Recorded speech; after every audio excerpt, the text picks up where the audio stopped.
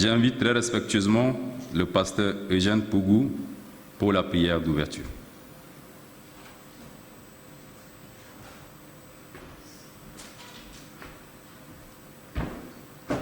Je vous salue au nom du Seigneur Jésus.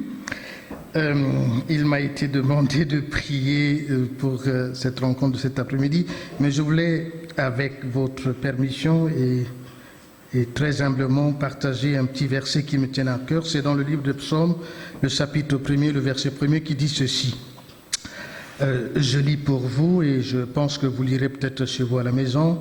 Psaume, le chapitre 1er, le verset 1er qui dit « Heureux l'homme qui ne marche pas selon le conseil des méchants, qui ne s'arrête pas sur la voie des pécheurs et qui ne s'assit pas en compagnie des moqueurs. » Le verset 2 dit ceci « Mais qui trouve son plaisir dans la loi de l'Éternel et qui la médite jour et nuit. » Quelque chose m'a touché. C'est le verset 3 qui dit ceci. Il est comme un arbre planté près d'un courant d'eau qui donne son fruit en sa saison et dont le feuillage ne se flétrit point. 2 points. Tout ce qu'il fait, lui réussit. Vous pouvez dire amen? Est-ce que vous pouvez acclamer pour ce passage?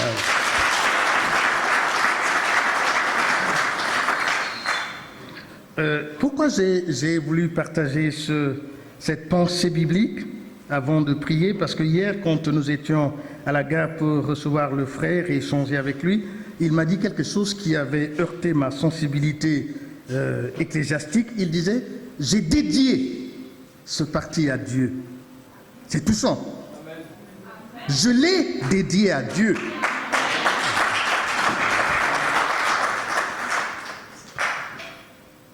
Vous êtes d'accord avec moi que beaucoup ont dédié leur parti à d'autres dieux, mais surtout à des dieux qui ne parlent pas, qui ne répondent pas, qui sont éternellement muets. Mais lui, il dit, j'ai dédié mon parti, c'est-à-dire ce bébé, je l'ai dédié à Dieu. Cette maison, je l'ai dédiée à Dieu. Oui, je l'ai créée. Oui, j'ai tout mis dedans.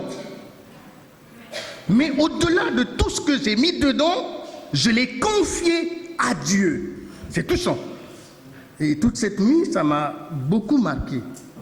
Ça m'a touché et dit, ah, enfin, quelqu'un qui réfléchit et qui se dit, il souhaiterait effectivement confier l'avenir de son parti à Dieu.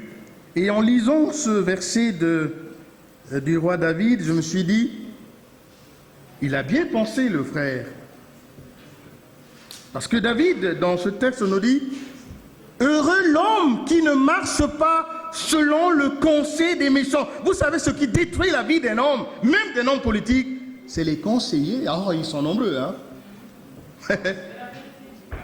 Ils sont nombreux, mais ils sont aussi là. Et je crois qu'il a aussi des conseillers. Mais il n'a pas que des gentils conseillers.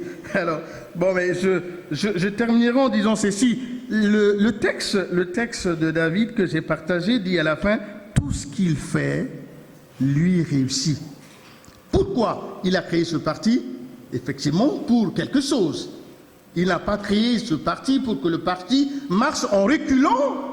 Non, il n'a pas créé ce parti hier pour qu'aujourd'hui ce parti disparaisse, n'est-ce pas? Vous êtes d'accord avec moi? Alors, tout ce que celui-là qui se confie à Dieu, tout ce qu'il fait, lui réussit. Je prie Dieu vraiment de donner de la sagesse à ce frère, de l'intelligence et du savoir, surtout du savoir-faire et du savoir-être, et de pouvoir avoir des oreilles pour ne pas écouter tous ces conseillers parasites. Oh, ma foi, Dieu sait qu'ils sont là et qu'ils seront toujours là avec lui, mais bon, que Dieu lui donne la sagesse et la connaissance et le savoir. Que Dieu nous aide.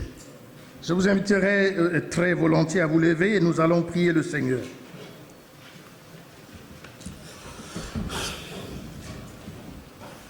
Prions ensemble. Seigneur, la joie de notre cœur cet après-midi dans cette salle à l'appel de notre frère pour échanger, partager. Oui, Seigneur, c'est de te dire merci, car tu es le Dieu, le créateur de l'univers, de l'humanité.